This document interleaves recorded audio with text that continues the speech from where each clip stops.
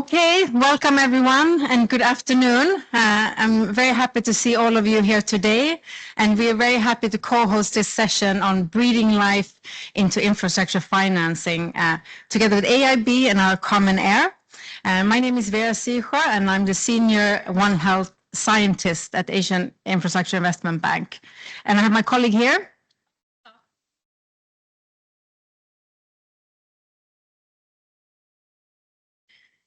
And we will, well, yes, to all of you here. Thank you, thank you. And we're very excited to, we have a fantastic panel, and I hope we're going to have a dynamic conversation. We'll try to leave some time at the end of the conversation for questions and comments. We hope this to be engaging. And we also have a couple of cards on your seat. So if you managed to see it before you sat down, please have a look. This is an opportunity actually, as we want to engage. We want to make sure that this event is something that is not just a one-off event, but hopefully we'll be able to engage for next year's COP, and that is our hope with this event.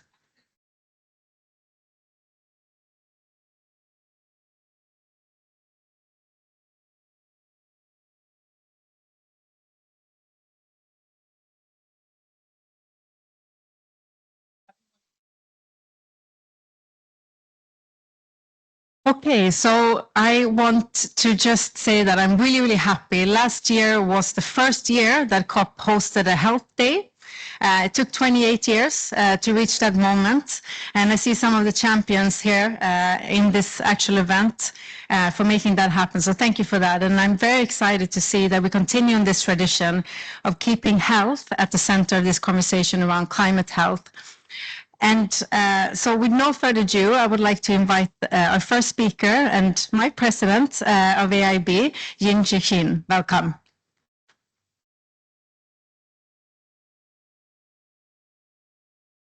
Thank you. Thank you very much. Good afternoon, colleagues, ladies and gentlemen. Dr. Soumya Swaminathan, co-chair of our Common Air, Excellencies and esteemed panelists, distinguished guests, it's really my great pleasure and an honor to welcome you all to this seminal discussion on the linkages between climate, health, air quality, and nature, and the role of infrastructure in driving outcomes across these connected dimensions. Just as we know of just one planet capable of supporting life, each of us will only have one body in this life. Human life is a fragile and fickle phenomenon. I'm sorry to say that, but it's reality. We speak the truth. The modern marvel of today's man-made infrastructure system allows us to temporarily forget this somber truth of human existence. Our infrastructure systems ferry food to feed hunger, move medicines that mitigate disease, connect communities to foster exchange, trade, and wealth creation. The proliferating scale and the complexity of human infrastructure has unquestionably improved human well-being. However, this is no single-sided story. In many respects, poorly designed infrastructure has catalyzed the demise of our rich ecosystems, dialed up the effects of heat, exacerbated human vulnerability, and polluted the very air that we humans depend upon for every breath, every second. Today, we're dealing with a spider's web of interweaving crises, the escalating consequences of climate change and nature degradation are increasingly impacting human health and well-being. COVID-19 left a lasting mark on all of us. Our economies and global health systems still bear these scars, severely affecting our ability to achieve the health-related SDGs by 2030, which is not far away. The cruel truth is that crises are unequal, exacerbated by unequal access to life-supporting infrastructure. COVID-19 mortality rates were higher for people who could not have access to vaccines and medical treatment. Heat waves have the biggest impact on those who are not protected by air conditioning or insulation. Air pollution has a larger impact on people who cannot access air purifiers, and adverse weather events are most destructive for those who cannot afford insurance or secure properties. These inequalities will only increase as the health threats of climate change become even more menacing, unless we adequately invest in the infrastructure these communities so desperately need. We must also act to protect and improve human well-being everywhere, particularly in underserved developing countries. This requires an integrated and coordinated response addressing health, air quality, climate, and nature. Our bank, Asian Infrastructure Investment Bank, is heeding the call. Since its establishment 9 years ago, AIIB has supported many infrastructure projects with significant public health benefits, including water and sanitation systems, waste management infrastructure, and clean energy. Indeed, our mission of financing infrastructure for tomorrow is also a mission to finance a healthy tomorrow. Following the terrible outbreak of the COVID-19 pandemic, our bank acted quickly to establish our COVID-19 crisis and recovery facility, supporting 68 projects in 26 members to the tune of $18.5 billion. On the back of this experience and response to strong demand from our members, the bank has since expanded to financing health infrastructure. Indeed, when we roll out the COVID-19 crisis recovery program, some people question the rationale of financing infrastructure. Yours is infrastructure investment bank. Do you have anything to do with health? And then we say, if you read our articles agreement, it's AIIB's mandate is to promote broad-based economic social development through investment in infrastructure and other productive sectors. When we negotiated the articles agreement, some people asked me, Mr. Chin, what do you mean by other productive sectors? And I said it's very simple. Other productive sectors means other productive sectors. Healthcare is a productive sector because no nation could be productive if it is sick. So everybody now accept this. We have a very liberal interpretation of infrastructure. Ladies and gentlemen, to safeguard and enhance human health and well-being, we must move beyond simply adopting a healthcare approach.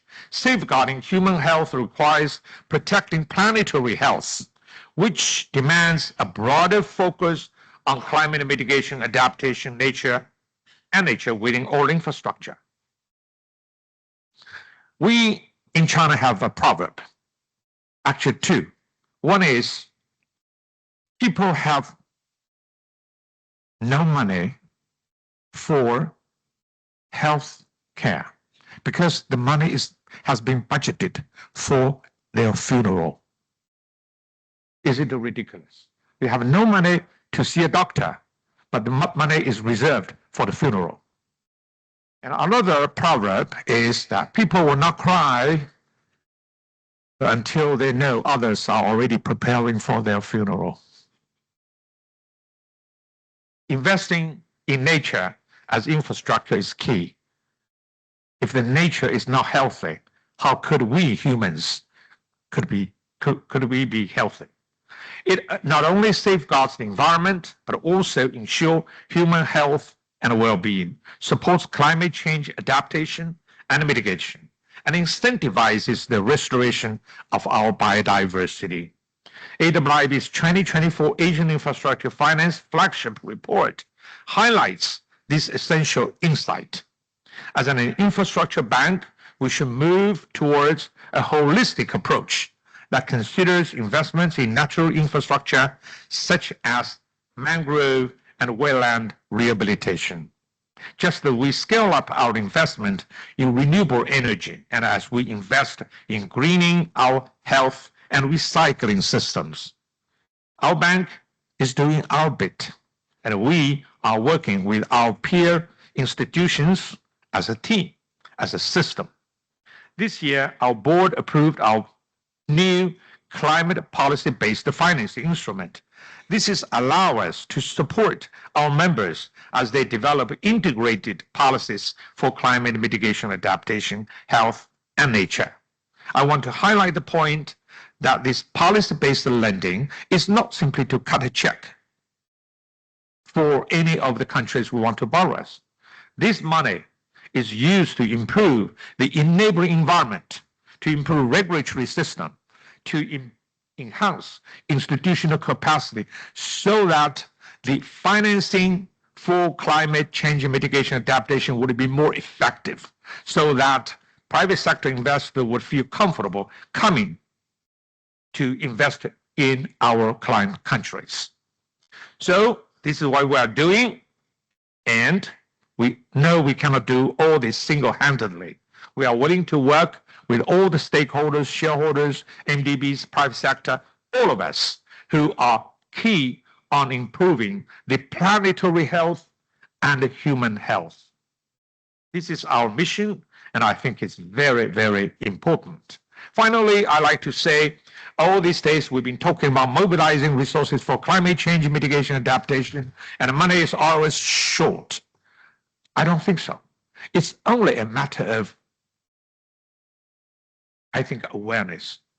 Do we really accept that climate change is a clear and present danger affecting the human society as a whole? If we do, I don't think there's any shortage of resources. It's only a matter of resource allocation. Secondly, I want to highlight mobilizing resources certainly is important, but the amount of money is the necessary but not sufficient condition.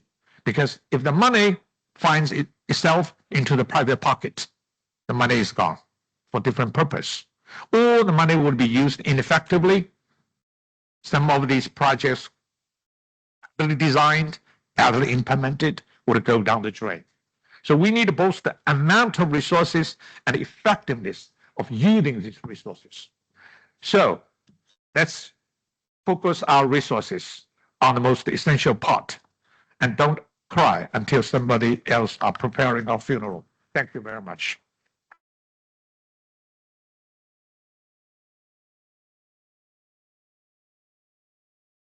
Thank you so much, President Jin, for those inspiring words. And if we don't take away anything else today, I think we'll take away that last sentence.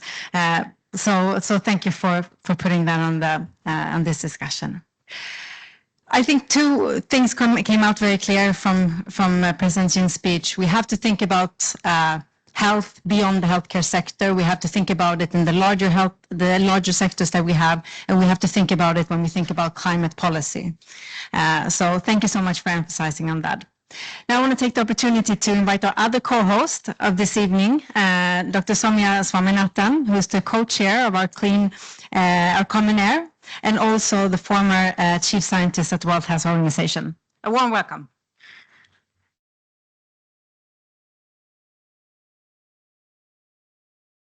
Thank you. Thank you very much. Very good evening to everyone. And then there can be nothing better for a physician or a public health specialist to hear from a banker that there's nothing more important than health. So I think the doctors in this room, Maria, we've done our job, and we have so many other banks present here. So very grateful to AIIB for co-hosting this event on behalf of my other co-chair, Right Honorable Helen Clark, former Prime Minister New Zealand, who could not be with us today, and all the commissioners, many of whom are in the room. Delighted that we are having this event to talk about this nexus between health, air quality, infrastructure, and nature. So I think President Jin has already made very clear the point about why this topic is necessary, not just for us to talk about, but really to act on now. I think everyone agrees that the time is for action and that we've been talking and talking for a long time. In fact, it took 28 COPs to get health on the agenda. Last year in Dubai was the first COP that actually had a health day. Well, all along, it was all about our health. We've also been talking, there's a lot of data now on the health impacts of climate change, and the WHO has been pointing out the number of lives lost. But unfortunately, what happens is that we just get used to these numbers, 7 million deaths, 8 million deaths, 700,000 children under 5 losing their lives. I mean, can you imagine, if, that was your child and it was dying of, well, the thing is that nobody writes air pollution as a cause of death. And I think there was only one case that I know of so far in London where the coroner actually ruled that the 13-year-old girl with asthma died because the air pollution had exacerbated her condition. And then that led to a number of actions that Mayor Sadiq Khan took in London and has successfully implemented the ultra low emission zones despite opposition from people initially to actually have a big impact. And the thing is that you can see health impacts quite quickly. We don't have to wait for another 28 COPs to see the health impact. The health impacts can be seen very quickly. London, in fact, showed that you could, they were seeing a fewer number of people coming in with heart attacks into their emergency rooms. And so it's not very difficult if you really start looking at that data to see as air pollution spikes in cities, we know that more people are coming in with asthma, with exacerbated respiratory disease and heart attacks, and the reverse is true. But what we don't count so well is the millions of people, or perhaps billions, who are actually suffering ill health because of air pollution. So death is, of course, you said, was very telling that, eventually we all have to die, of course, but then as long as you live, you want to live with good health. We don't want to be sick with chronic respiratory disease, unable to breathe, or also with diabetes and hypertension and all of these things which we know get exacerbated, dementia, neurodegenerative diseases. And for the babies who are being born to women who are living in places with high air pollution, they don't even have a chance. They begin their life with smaller lungs and potentially also with the brain that's not really growing to its best, to its highest potential. So I think that we have enough information and data and evidence on this now. We also have now started talking about the other pollutants apart from PM 2.5, which is what, the world is focused on, and rightly so. It is a very dangerous particle. But we also had a session just prior to this on super pollutants, short-lived super pollutants. These are black carbon, tropospheric ozone, methane, and some of the nitrogen and sulfur oxides, which are very potent greenhouse gases, contributing a lot to global warming and also very bad for health. And we know what black carbon is doing. We know what ozone is doing. We know what methane is doing to health. And so action on these short-lived super pollutants could be a way to accelerate the reduction in global warming that we want, as well as the action on air. So I think there are win-win actions actually in all of this that will have impacts, and infrastructure clearly plays a very important role here. I think we have to convince political leaders that investing in this is definitely going to be an economic asset for them. It's not an expenditure, because again, when you measure the economic loss due to air pollution, it runs into trillions of dollars, something like 6% of GDP and more than 1 billion days of working days lost because people can't go to work. Schools are shut for days or sometimes weeks on end. Not that those children are breathing any better air staying at home. If you don't have access to air purifiers, which a majority of the world does not have, then those children are just as badly off staying at home and they're missing out on education. And similarly, adults who can't go to work because they're sick, and they can't really breathe. So I think our Common Air Global Commission, made up of 18 very distinguished commissioners, was actually constituted to address this issue head on.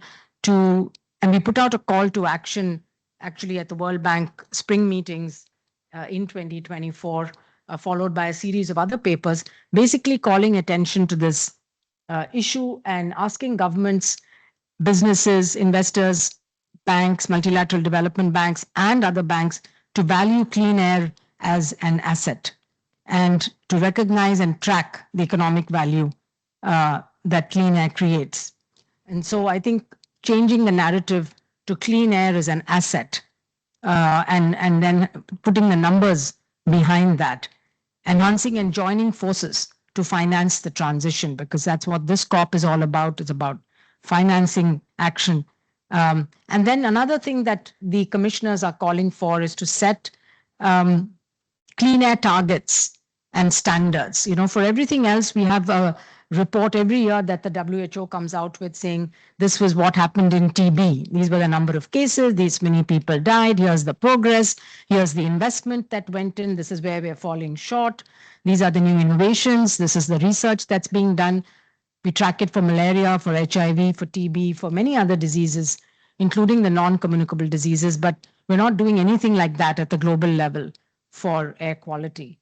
And so, firstly, again, commitment by countries to include it perhaps in their commitments, in their NDCs, commitment or agreement on standards, and the WHO has very strict standards. It's less than 5 micrograms per cubic millimeter of PMT 2.5 average, which it's going to take a while for many countries to get there, but we can have interim targets that we can reach. And we just heard from Valerie from the World Bank that the Indo-Gangetic Plain, the countries around the Himalayan region, the foothills, which suffer from severe air pollution as we speak at this time of the year, are thinking about or have set a 35 by 35. So get to 35 PM 2.5 by 2035, which will be a big improvement from where we are now. It may not be 5 as WHO wants. And why does WHO want it to be 5? Because every unit increase above that actually has a health impact. And so if you look at it from the perspective of well-being, then you want to get there. But let's start and get to a certain point. So setting these clean air targets, helping countries to measure. Many countries, 40% of countries don't have a single monitor on the ground to measure air pollution. So while you can use satellite, it's not entirely accurate unless you've also got your ground monitors. So we've got to help support that, but not enough to just measure, but have to act, but also we have to measure progress. And then working together to achieve solutions that benefit all. And there are many solutions that are out there. And we don't have to reinvent the wheel, but at the same time, there's also a lot of innovation happening. We need to be able to share those best practices and so on. And then we do have a commitment also on the short-lived climate pollutants that I just talked about, that we should commit to urgent action there, because you can actually get probably more bang for the buck from acting on that. And so I would just like to echo what President Lin said about this is the time to act. We're in an existential crisis. There's no more time really to waste. And I think financing holds a key there. Obviously, it's a lever for everything that governments or businesses do. And therefore, if there was a determined effort to promote clean air, to have nature-based solutions, to look at infrastructure from the point of view of what, whether it's having a positive or a negative impact on climate, it would go a long way actually in addressing these issues. And while we're not talking about heat today, by the way, infrastructure is extremely important also to protect large numbers of people from the effects of prolonged heat that we have begun to see in many parts of the world. And that's as big a killer, though it's still under the radar, as is air pollution. So I want to thank you all very much for coming to this event. Thank you, Jane. And I think you're going to be moderating the panel now.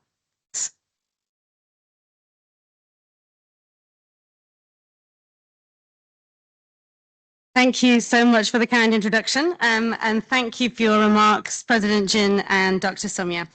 And I would agree there is a huge potential to act at this nexus. The super pollutant example, which we've just heard about, is just one of them.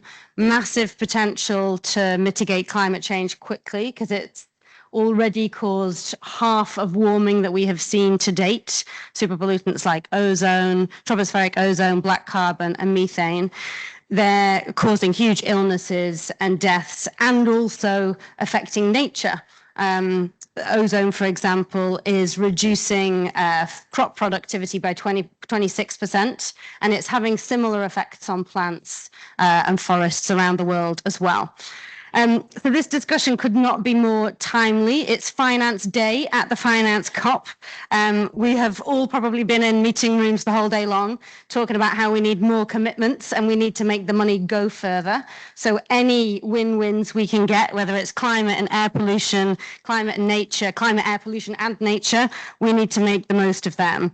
And we need to make sure that those solutions are included in our NDCs. So what we're going to try and do in this panel is focus on those solutions. I think a lot of the time we spend talking about admiring the problem, talking about the numbers of deaths or the illnesses, talking about how bad it has got on climate, how we're not reaching the targets. So this panel is going to maybe touch on some of the challenges, but as a way of introducing what might the solutions be. So I'm going to invite up our esteemed panelists. We have a great lineup for you today, and if you could come and sit here at the mics, that would be fantastic. Mr. Hoon Kim, who is the Acting Vice President of Investment Solutions at the AIIB. Ms. Maria Kozlowski, Senior Vice President for Innovative Finance at the Rockefeller Foundation. Mr. Stefan Wintels, CEO of KfW Group. Mr. Ivan Oliveira, Deputy Secretary for Sustainable Development Finance, who's representing the Minister of Finance of Brazil. Her Excellency Maria Fernanda Espinosa, the former President of the UN General Assembly, President of the Cities Alliance, and Executive Director of GWR Voices. And finally, but not least, Dr. Maria Neira, the Director of Environment, Climate Change and Health at the World Health Organization. Thank you all very much. So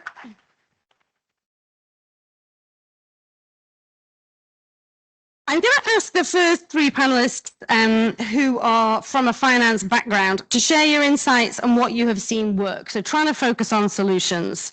What works, maybe what challenges you see that have led to that. If you want to tell us what doesn't work, we can also learn from that too. But it might be projects that have worked, approaches, and lessons that you've learned along the way. And hand over first of all to Hoon Kim. Thank you.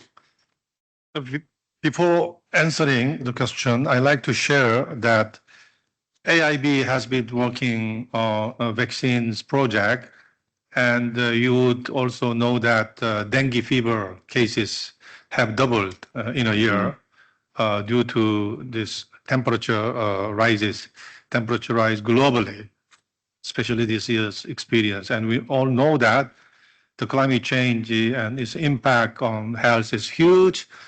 But at the same time, the economic value of investment in health, such as vaccines and immunization, has not been done properly and not fully measured. This remains as a challenge for people like me. Now, regarding finance, so let me put it this way. When investment can generate profits, finance and investment tend to follow those opportunities.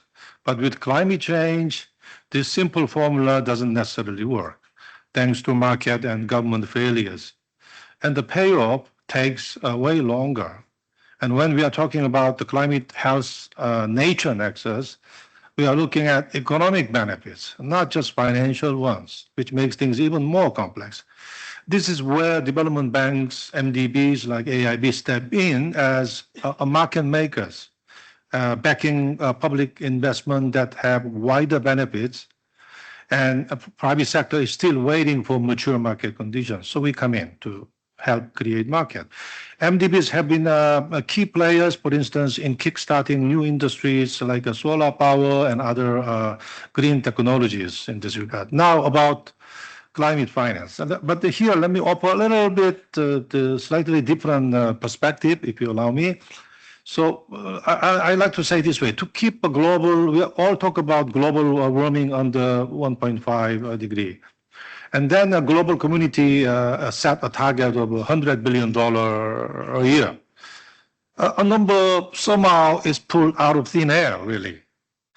This year, what is happening this year, the COP29, the focus on finance, and we are seeing new figures between $1 to $3 trillion now.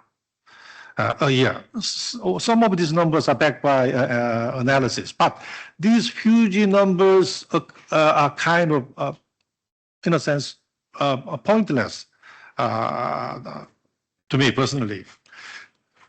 Another one is even if we have all that funding, as a practitioner in developing countries in particular, they don't have absorptive capacity to spend even fraction of that money effectively.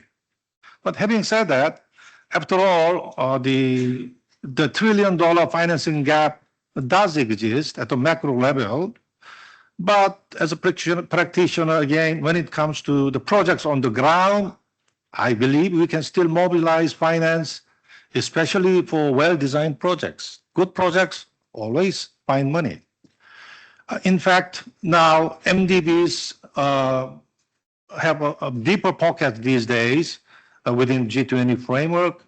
For instance, AIIB has sufficient capital, ADB added another $100 billion, and World Bank is planning special terms for climate finance projects. Now, coming to my final comment on this health nexus. So far, climate finance, when we talk about climate finance, it has been mostly focused on specific sectors like green energy, clean transport, and smart cities. But this new climate health nature nexus is a whole different ballgame because it covers multiple sectors. And multi-sector projects are tough to design, coordinate, and implement. So for this multi-sector approach, money is not the biggest hurdle, definitely. Here we are talking about a project that tackles climate change, health, and nature all at once in infrastructure. So even the experienced development banks are still figuring out how to handle this kind of complex and nonlinear benefits of multi-sector investment. So I'm coming to an end of my statement at this point. So therefore, MDBs need to up their game. So beef up their analytical tools, do more thorough risk assessment that include health and biodiversity, and set up comprehensive policy frameworks across sectors, and team up with government, civil society groups, and businesses to spread the word out about this broad approach. So MDBs themselves can use, don't worry about financing, I would say. MDBs can use their own finance for these pioneering projects, and assuming that they will develop proper methodology to measure the value of this cross-sector investment to climate mitigation and adaptation over time. Thank you.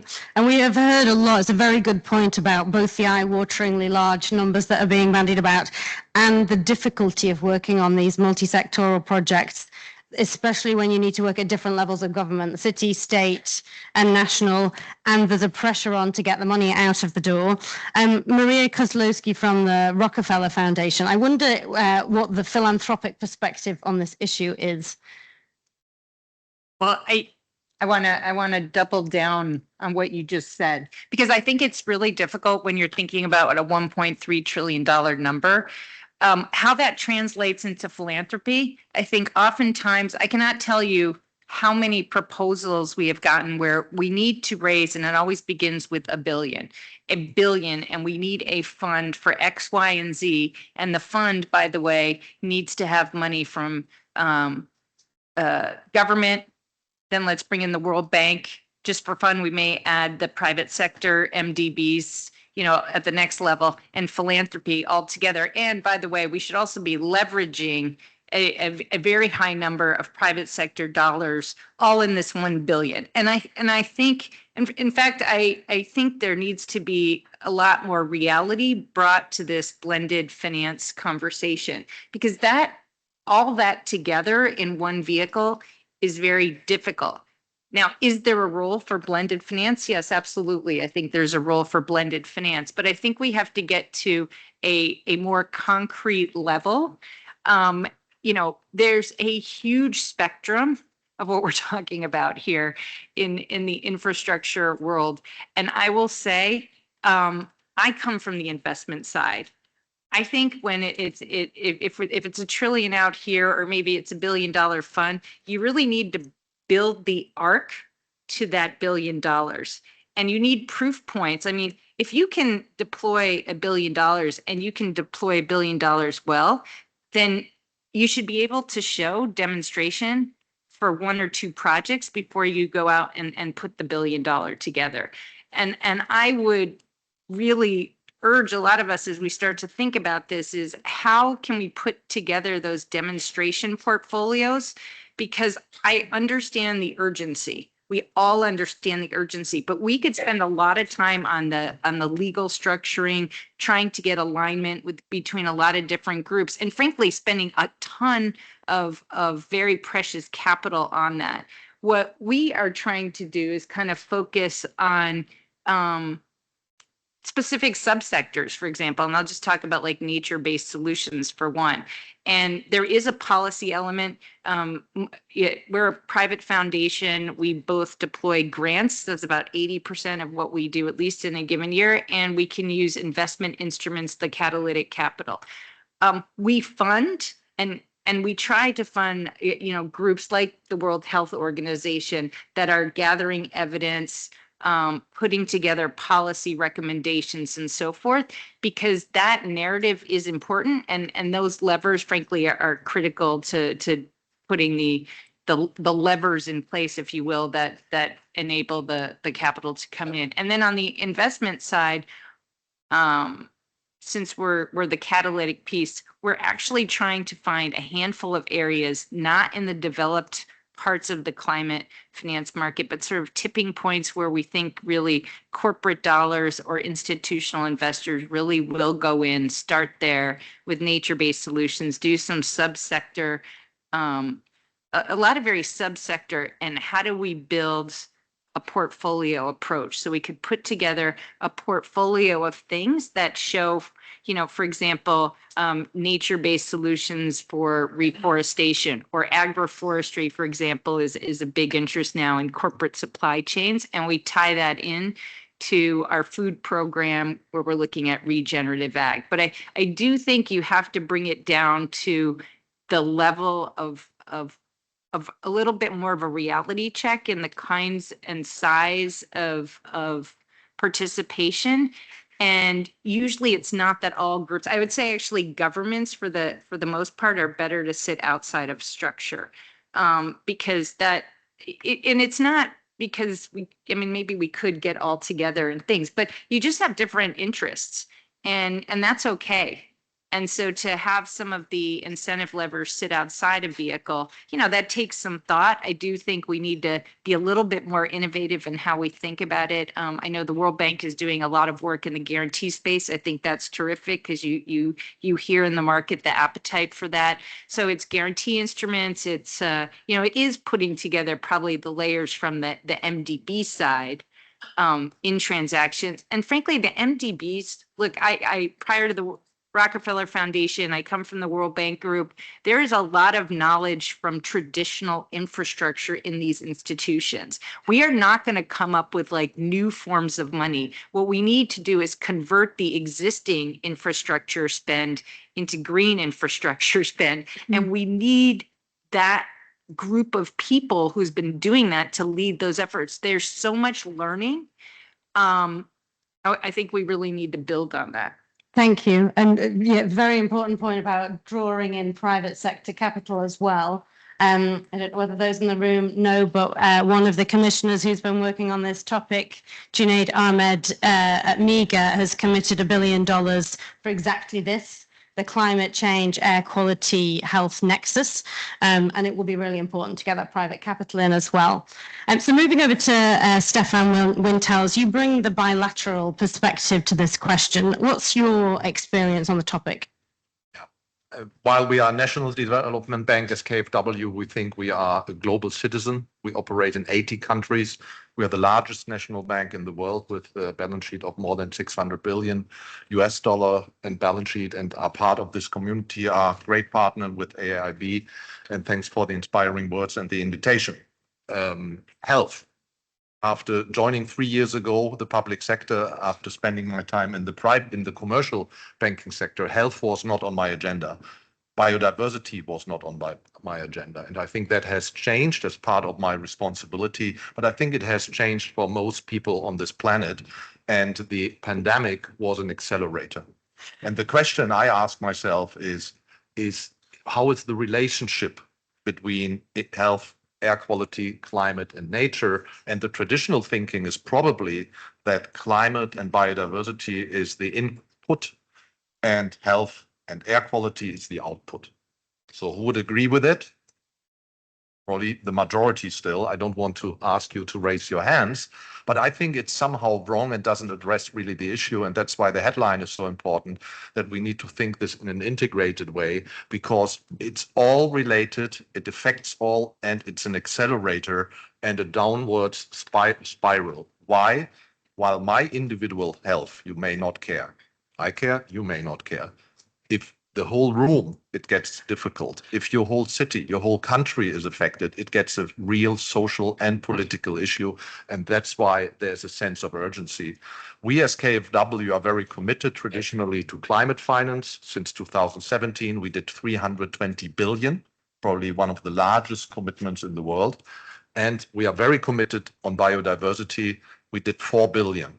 One of the largest or the largest financier on biodiversity. It gives you the numbers and the priorities. I personally think we need to integrate climate and biodiversity into one system. I think we should think about how we can develop the CO2 prices into an effective tool, integrate in biodiversity, and make investors like philanthropic capital give a financial incentive to do the investments and put the money where they want to invest. But currently the risk return profile in other asset classes are fundamentally different. And I think we need to address this. If we don't have a system which provides financial returns and change the risk return profile and redirect private capital into green infrastructure at a scale which we need in order to meet the net zero target, it will be very, very difficult, because public money is probably only 10% of the solution. And public money is going into equity and guarantees at a larger scale at the moment. At KfW is providing also guarantees, etc., traditional blended finance. But the question is that sufficient? And you ask for certain examples.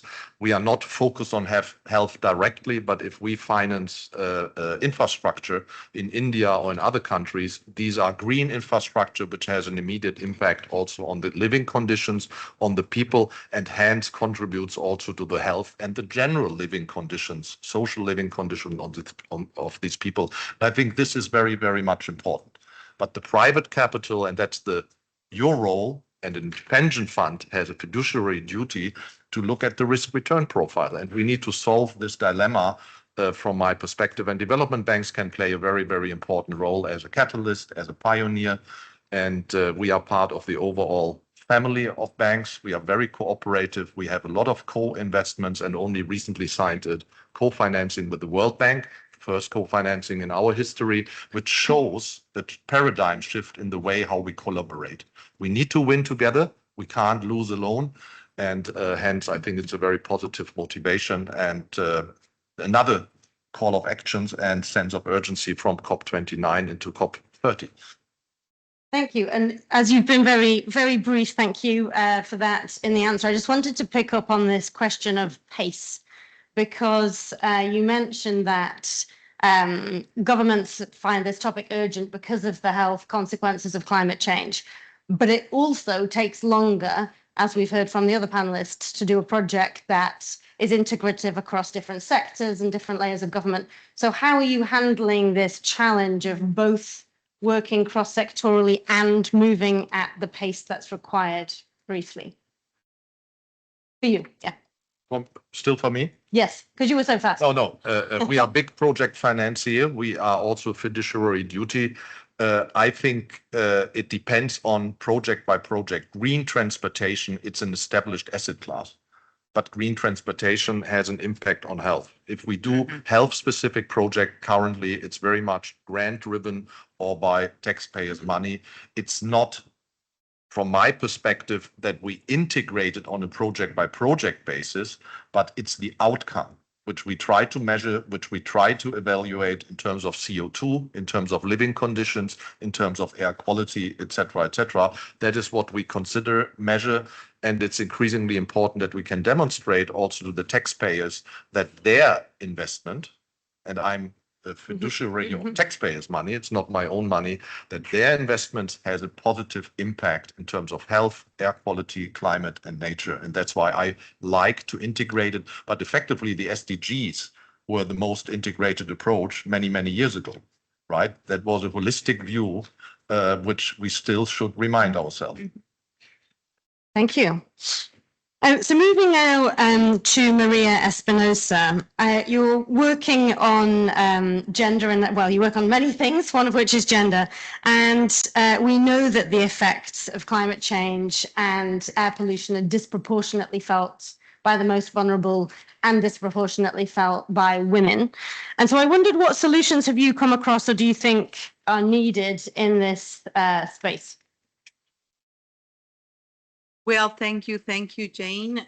Thank you to AIIB and to the commission that I proudly belong to, our Common Air. It's great to be here. And I wasn't expecting, straight to go into the gender question, which I believe it's extremely important. But I think that sometimes it's good to remind ourselves why is that we're here. Why is that we are committing to bring together the health and the climate dimension to finance? And yes, I would say in responding to your question of women, of course, the effects, the health effects of air pollution are experienced differently by men and women. If we know that air pollution claims 7 million lives annually, it is not a minor issue. With 99%, most of the people here in the room, we breathe air that exceeds the WHO's safety guidelines for air quality. So we are not in a good place. And sometimes the answers are not only money answers, finance answers. We have, bankers and people that think the finance infrastructure, but it's also about rights. It's also about equality. It's about the right to a healthy environment and the right to health, as simple as that. So I would say 3 main aspects to respond to your question, Jane. One is to integrate gender responsive approaches to investment and in planning and to the data. I think we need more and better data for sure. And that this means systematically assessing how women and men are differently affected by environmental challenges and tailoring interventions accordingly, including, financing interventions. For example, if we take the case of women, women are 14 times more likely to die in natural disasters than men, just to give you a number. And by incorporating gender disaggregated data and indicators, investments can be better designed to address the specific needs of women and girls and reduce vulnerabilities and enhance the resilience and the response capacity of women and girls. That I would say is the first issue. The second issue would be to increase women's participation and leadership in decision-making processes at all levels. That's what we do from TWL Voices. We track leadership and participation of women in decision-making in all spaces, especially in the multilateral space. And I think that we have the responsibility to ensure that women have equal opportunities to contribute to the design, the planning, the implementation and evaluation of investments that can lead to more effective and equitable outcomes. I think that all interventions should facilitate women's leadership roles and support capacity building initiatives that can enhance skills and perspectives, but also recognize the enormous contribution that women make to climate solutions in general. And the third and last would be to establish gender and women as a funding priority. If you look at the climate finance landscape, we see that only 2% of the total climate finance go earmarked to women. That's really not good enough.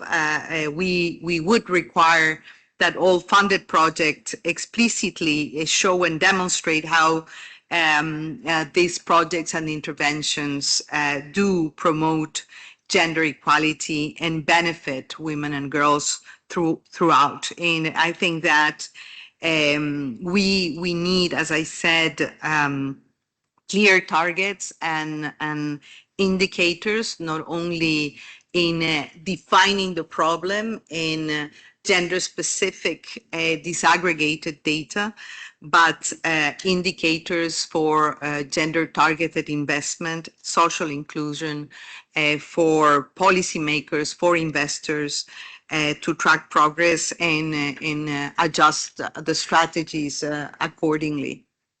Thank you. And that statistic is absolutely shocking. I've heard it before, but you just can't forget the impact that it has each time you hear it, that women are 14 times more likely to die in climate-related disasters. I hadn't heard before how little climate finance therefore goes to them.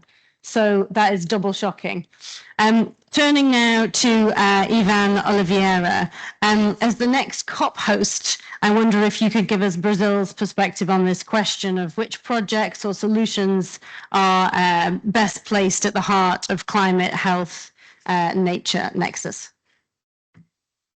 Great, thank you very much. A real pleasure to be with you. President Jean, great to be with the AIIB, and congratulations on the work that your economics department is doing, in fact. So really nature as infrastructure, probably this year with planetary health, really connecting all the dots that are necessary to have an holistic approach as much as possible when it comes to infrastructure specifically. So a great work, and congratulations, JP, Vera, and all the team. So let me bring you in. I think it's interesting to see how AIIB is pushing the boundaries here when it comes to how can we connect health, nature, and infrastructure. Because at the end of my speech, I'll come back to that. First, on finance. From the Minister of Finance perspective, one critical point in the world right now is we have a lot of debt. Most of developing countries are really highly indebted. So there's not much fiscal space to think about, many things, including health policies, including fighting climate change.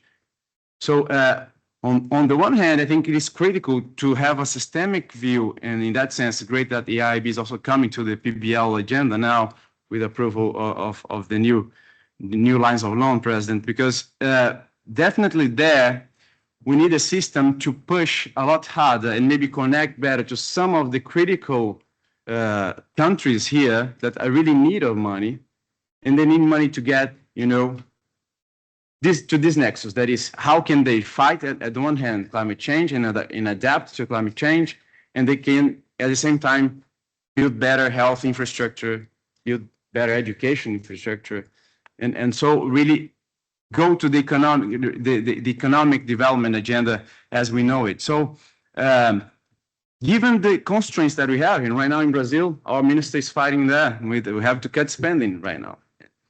We had to find a place to cut it. And the pressure is obviously very high. So this is a very complicated context, especially for developing countries on the finance agenda. And then I see that the system and that MDBs, funds, philanthropies could definitely have a say here, really better connect and really try to deliver to those countries most in need, and then in those countries to the populations that are really most in need, a solution. So finance is critical. The context is not at all easy. Policy is really critical too. And being at the ministry, and Minister Isabella is here looking at me. She has been dealing with climate change in Brazil for many years. We need to get out of this departmental approach that we have in government. We continue to have, even though in Brazil we're starting to flex muscle outside of that agenda, that we have the ecological transformation plan led by the Minister Haddad, trying to connect to other ministries and get a north and have everybody on the same page. But it's not easy because there's politics behind it, domestic politics, spirit of power, and so on. So getting out of this, departmental approach is really critical. And then here, AIIB's approach is really important. So how can we better think about financing infrastructure and bring health and nature as part of the process, having KPIs and agendas that can really connect the agenda of infrastructure investment together with health policy in a country, for example. So tricky, but very important. How can we really manage to bring policies together? Last point on coordination. In a big country like Brazil, what we do at the national level doesn't really mean that things get to the cities. So we have the states and the cities, and that kind of coordination is not at all easy. So thinking about how we can, on the one hand, so have the necessary finance, coordinate the policy at a national level, and also deliver the policy on the ground in the cities with the mayors is really important process to really think about a mission where we can integrate nature, health, and infrastructure. Those are my takes for this first round. Thank you very much. Thank you very much. And thank you for being brief. I'll actually come to you with your second question on, therefore, how you intend to take it forward to the COP. I heard the phrase in the last event that I was in smog diplomacy. So clearly the climate and air pollution worlds are encountering one another at this COP. But what's your take on how the politics for the work at this climate, health and nature nexus is going? Briefly, thank you. Thank you. I will respond to your question differently. That is, look, we're just about to finish our G20 presidency, and I'm flying from here to Rio. President will be with us in Rio soon. And what we try to do in the G20, and that's pretty much fundamentals of finance, what we'll be trying to do with COP, we try to bring the G20 as much as possible to reality and go to concrete terms. So in our G20 presidency, together with the members, connecting to the key stakeholders, we have delivered, and it is endorsed by the ministers and should be endorsed by the leaders next week in Rio, a concrete agenda of reforms of the MDB system. 44 actions, 26 out of those in short term, 1 to 3 years for implementation, and we are pushing for that. In our G20 agenda, we have delivered a concrete agenda of reforming the green climate funds, GCF, CIFS, adaptation, and JEF. Up to 2027, the leaders should endorse also a great push so that the money can get out of the funds and go to projects in developing countries. So in our G20 agenda, we have also discussed a lot about FX risk mitigation to bring private sector into developing countries to finance transition. And we have also talked about country platforms, how to make country platforms, that are strongly country-owned, that are flexible, and they are points of connectivity among the key stakeholders in the country. And we have walked the text, and we built our own country platform, and we launched it in DC and relaunched it here just yesterday.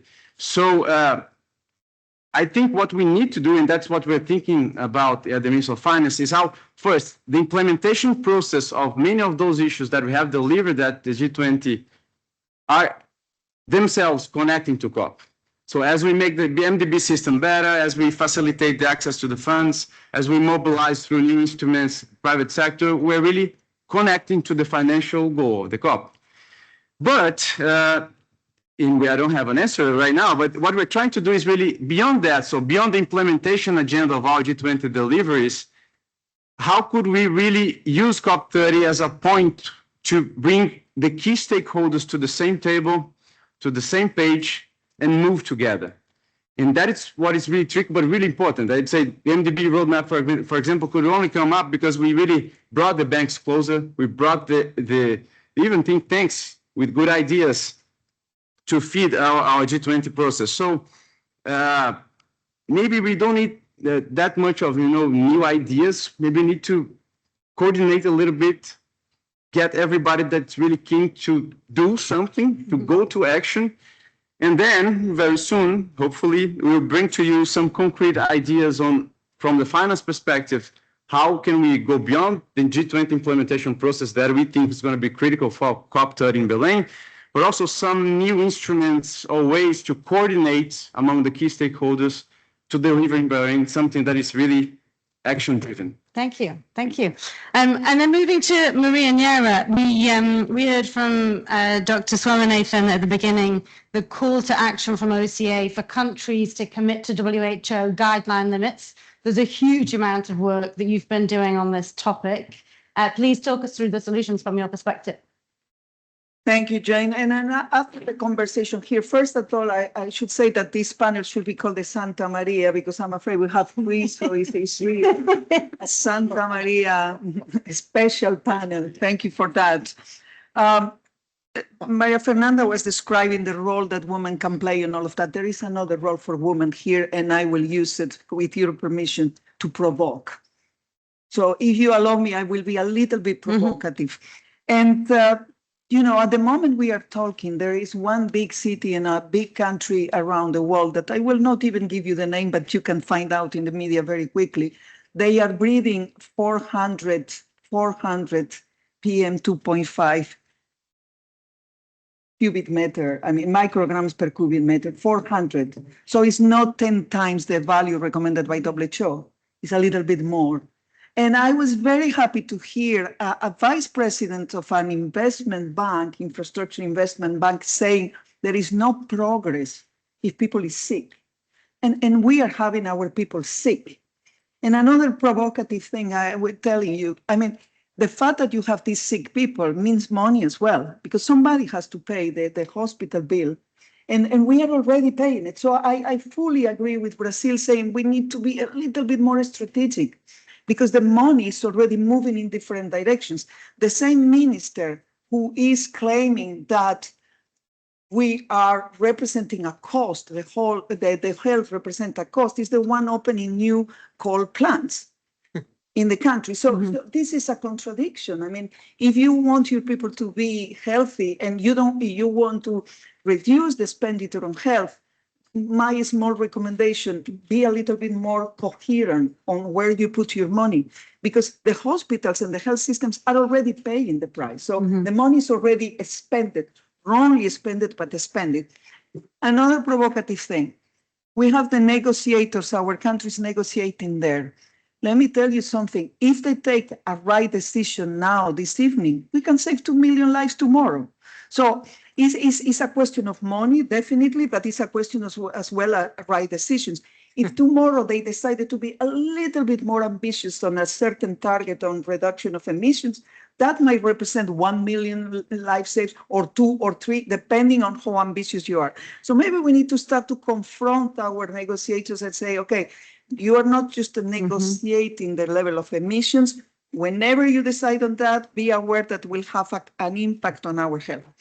Since I started to work on air pollution many years ago, I'm asking myself every day, how can it be possible that we are giving incredible headlines, 7 million premature deaths according to WHO every year, and we are still, calm and cool and easy.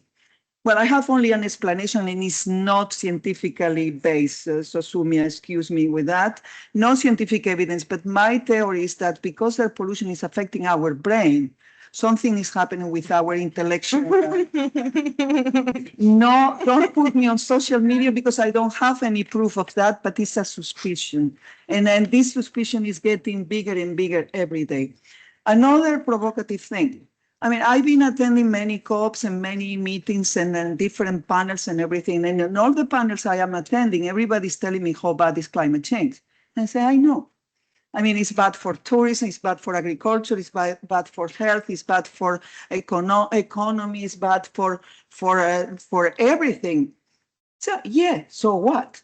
I mean, you think on health we will be doing something like that, going around and saying this is horribly bad for public health, but let's negotiate another 29 years. I mean, something is wrong with my little head of a medical doctor, you know, where we do a diagnosis. And then once we have the diagnosis, we say, okay, those are the prescriptions. And then the prescriptions, if you don't have money to put it in place, or if you don't have a hospital, or if you are isolated, or you are on a plane, fine, you need to adapt those prescriptions. But here it looks to me that we are all in agreement. So those are my prescriptions. And then maybe don't quote WHO here, quote me, because I don't know. Well, I think WHO will endorse what I am going to say. The prescriptions. Yes, multilateral development banks, infrastructure banks. If any project you will be doing now, you include the green aspect, the health system, the health hospitals, the hospitals that will have solar panel, please, green energy, that infrastructure can change completely. So multilateral banks, you have an incredible role to play here, and we will be very happy to associate and to even quantify the health benefits that you are generating.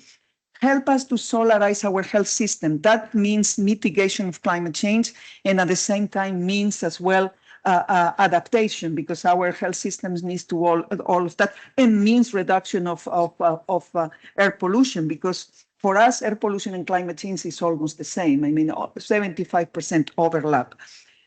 Pharmaceutical companies are now helping us to reduce the carbon footprint of their production. Well, we need to do the same with all private sector. We need to make sure that before they get to land by the bank, an investment with the bank, they need to have this precondition on their lending procedures. Legislation, we need to use a little bit more legislation. Soumya was describing this case in UK, but this is just the beginning. We need now to confront the legislation and make sure that we endorse the air quality guidelines of WHO by law. Why not? The European Parliament is now kind of approaching that. Some countries are going there. Mayors are struggling. Maybe we can help them to go with a very strong legislation that will protect us. We need as well the mayors. Mayors have an incredible role. Nature for very solution. And we are doing our own work on decarbonizing the health system and moving like that. I was very disturbed by this thing of that in China, they don't have money to invest on health, but they have it to invest on their funeral. Because the image that what we are doing here at the COPs is putting money for our funeral, it came to me very, very strongly. So I hope we are not doing that. And we are really putting the funds where are really needed, which are, I agree with Rockefeller. It's not, we need to be more strategic, more efficient on the way we use those funds, but we need some new money as well for certain projects where we need to move ahead on policy, on interventions, on even on advocacy, on recommendations. And I still have hope. What do you want me to say? I should be depressed, but no way. I still keep in thinking that this is something that we can sort it out. A few years ago, I said that air pollution was the new tobacco.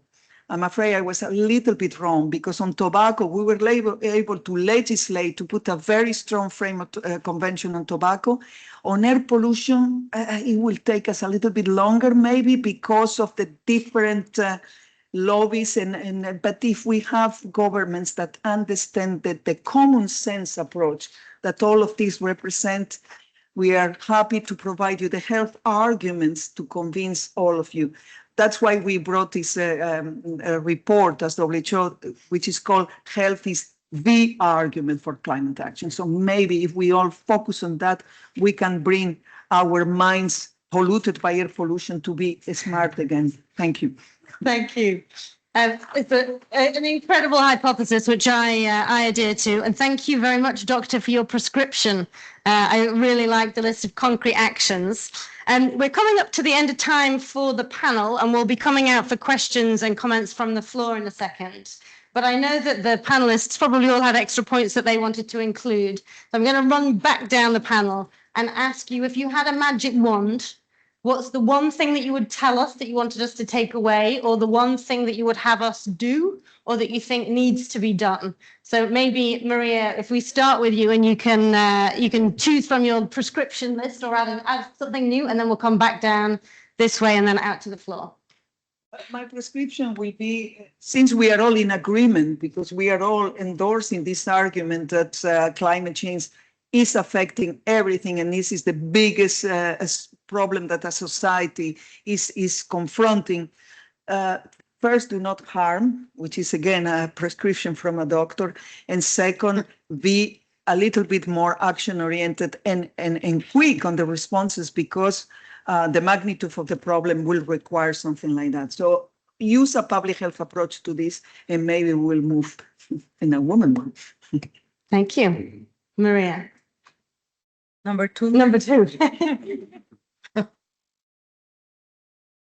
Well, perhaps two headlines. One, I think that we don't need to make the case once again that effective investment in climate and health needs to be gender responsive on the leadership side, but also on the impact side. And I would say number two, sometimes it's not only about the money, it's about the governance. And I think that the failure to do the right thing, it's not only an economic loss, but I think it shows a policy and infrastructure financing failure. We know what needs to be done. I really like this overcoming the silo approach, what Brazil is doing with the country platforms and with a call to bring together the existing climate funds. I think it's a great idea, the GCF, the GF, the Adaptation Fund together. I would even say, well, no, I would stop there and say there is a lot of weaving and make the investment choices rational and of easy access, especially for the developing countries. And just to close to say, let's also look at the urgent need for a deep debt restructuring for developing countries. This is a major issues in countries like mine, middle income countries in the global majority. I would leave it there. Thank you. Ivan. Great. I would just reinforce the agenda of an integrated approach. So at the policy level, we need that. So we really need to try as much as possible to do that. At the project level, and then again, that's where AIIB is also helping out. We need to reinforce those connections, revalue nature in an infrastructure project, revalue what we're financing in infrastructure project, and what are the connections with health. So both at the policy and the project level, having an integrated approach is really critical. It's not easy. It's not our daily work, but it should be definitely both for public and private sector. I think very important to reinforce that. Thank you. Thank you. Stefan. So Maria 1.0 reminded me that if we would be very rational, I guess we would deal with sugar differently to our kids globally, if you look at the statistics, despite being not a doctor. But leaving that comment aside, I think we need to think hard how we provide financial and economic incentives to an economic crisis to get the attention that by 2050, potentially 90% of the global GDP is gone, up to 20%. That's a massive economic impact on this planet, given also the debt crisis. And that's hence, I would still promote integrating nature-based CO2 removal projects on biodiversity into the CO2 system. Globally, minimum standards progress there. And secondly, I'm a big fan, also KfW and the German government, of country plans and joint partnerships to support countries in their development. And I can assure that KfW, since many, many years, has integrated health and air quality in our environmental and social standards for any project, anyhow. So that is anyhow considered, but both approaches are urgently necessary to mobilize the capital which is needed. We need speed, scale, and innovation to address this crisis. We asked, to think about a magic wand. So if I'm going to have a magic wand, I'm going to say a carbon price on carbon. I mean, we are so far away from that, but if I had a magic wand, that's where I'd go, because the comment on the funerals, gosh, that really resonates. I mean, think back to COVID. When COVID was here, and innovation happened everywhere. It happened in Asia, it happened in the United States, happened in UN and in US, EU. Vaccines got developed, but it was because death was right next door, and for some of us, really right next door. And maybe the carbon price is that. I know we're not there. I have faith that bilateral counterparts, the MDB counterparts, will do all they can to maybe push through with their work guidelines that at least maybe deal with these incentives, both on the carrot and stick in the different countries, because I do think that's key. I'm kind of tired of hearing about the private sector. I mean, I come from the private sector and I understand that, it doesn't meet a certain return.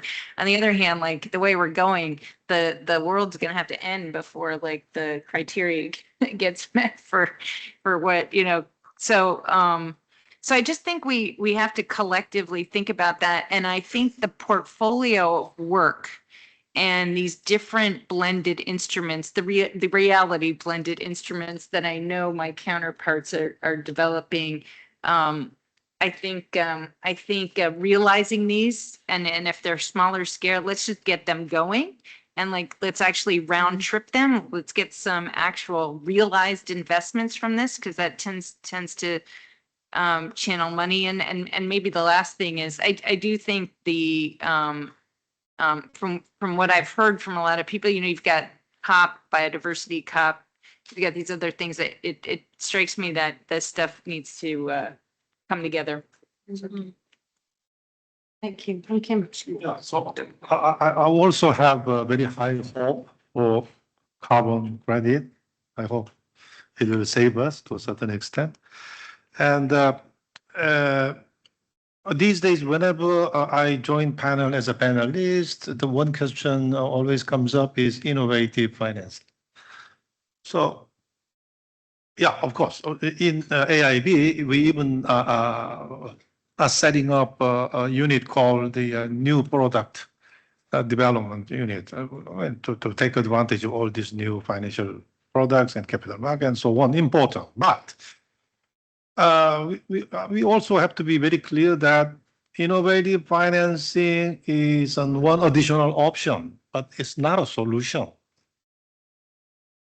Solution is, standard general product we have, the loans, which now are too expensive. I have difficulty how I can even give my loans. So I think. But I think still what is lacking is at the moment is more concessional money and more grants, and how we can mobilize this. I think this is a political process. Maybe rich countries need a commitment, more commitment, and so on. But on the other hand, we can see some multilateral development banks are seriously considering different terms for climate change projects, maybe a little softer terms. I mean, my president also mentioned, even for AIIB, we are project finance bank, but we are introducing also different product like a policy-based loans. So we have to really think how we can further improve our mainstream products and make it a little better. And having said that, just some minor comments on the innovative financing available, like a blended finance, we talk all the time, but blended finance, the supply is very limited. So there could be some innovative way of creating financing, like a policy-based loan. I wonder whether some portion of policy-based loan can be used as blended finance. I mean, there could be some kind of innovative way it can be. On the other hand, we talk a lot about sovereign debt swap these days, but we have done some research on our on client countries. It's a good option, especially this time. But actual fiscal space generated by this debt swap within many countries are not big enough. So it cannot be a main solution.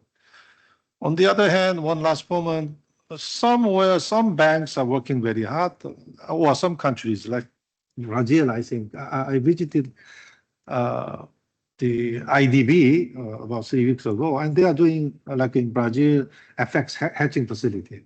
So even in Asia, so what others are doing and which can be used in Asia. So I have a country where a huge sum of dollars sitting there in the local bank, which cannot be utilized. So I know that this. So we need to also communicate more or open and learn for innovative financing.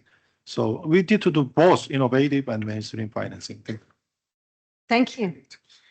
As we don't have time for any questions, we've got 5 minutes left till we need to wrap and then quickly exit the room because there's another side event happening next. But I wondered if there was any interventions, a couple of quick interventions we would have time for if somebody had a comment.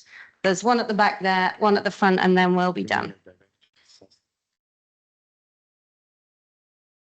Hi, I'm Hassan. I am a nature finance fellow at the University of Oxford, and I come from Lahore in Pakistan, which is suffering from the issue we just mentioned in the IDP region.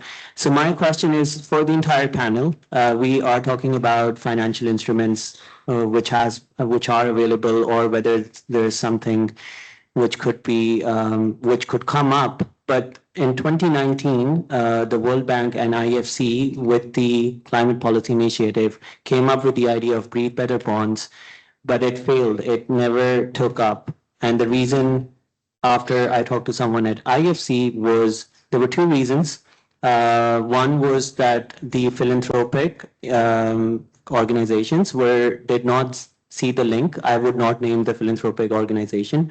Did not see the health link. One, and so they weren't interested in giving that catalytic finance. And second, there was no governance in place in cities to issue those bonds.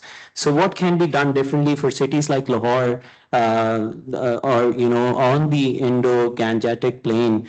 What should be done? Because this is a big issue and people just cannot get out. The schools are closed, everything is shut, etc. Thank you. Thank you. And because we don't have time for the panelists to answer, I'd encourage you to grab whoever that was directed at and chat with them afterwards. And then there was a comment down here. Thank you so much. Thank you for a very interesting panel. My name is Damiano Borgogna. I work with the United Nations Capital Development Fund, which is an hybrid development and finance institution. I just wanted to bring very shortly a personal experience. Before I was working in Sao Tome and Principe, a small developing island state and LDC. Just as in 2022, as we were there, we had at the same time a peak of malaria cases, and for the first time dengue appeared on the island. And on one side, there's very limited knowledge, for example, on dengue. We never had dengue. How do we deal with this? And at the same time, the health system, which in the country, there's just one hospital, has no capacities to manage both with malaria and dengue at the same time. So it's very important, of course, to increase international climate finance, but also to try to come with innovative ways of dealing with this issue and new finance tools, for example, the risk in private sector investment, try to support private and public partnership. And also here in these spaces, we always discuss about the difference between mitigation and adaptation, but at the country level, I think this difference disappears because by investing in mitigation, for example, solar panel, you can free up resources that are spent in diesel generators, and part of this resource can then be invested to enhance the quality of health services provided. There's much more to be discussed, but again, thank you very much, and thank you for the panel. Thank you very much. And thank you as well to all of our amazing speakers, to the AIIB, to the AIIB, our Common Air Commission, and the UNFCCC for hosting the event, and to all of you for coming. There are cards on your chairs where AIIB and OCA would like to engage with you, so you can either fill those in digitally using the QR code, or fill them in by hand now and hand them to the people who will be standing at the door. I'm not going to try and summarize that very wide-ranging panel, not least because we need to exit the room sharply, but just a couple of takeaways from me. I think one is there are plenty more silos that need to be broken down than those across climate, nature, and health. The project level across different climate funds, the multi-sectors that we have to work in, and on different sources of finance. And number two, there are, however, a lot of opportunities of integrating health and air quality and nature action into the COP, not least nature-based CO2 removal, the NDCs, and the work on gender and equality. So thank you all very much for coming, and please fill in the cards on your way out. Thank you.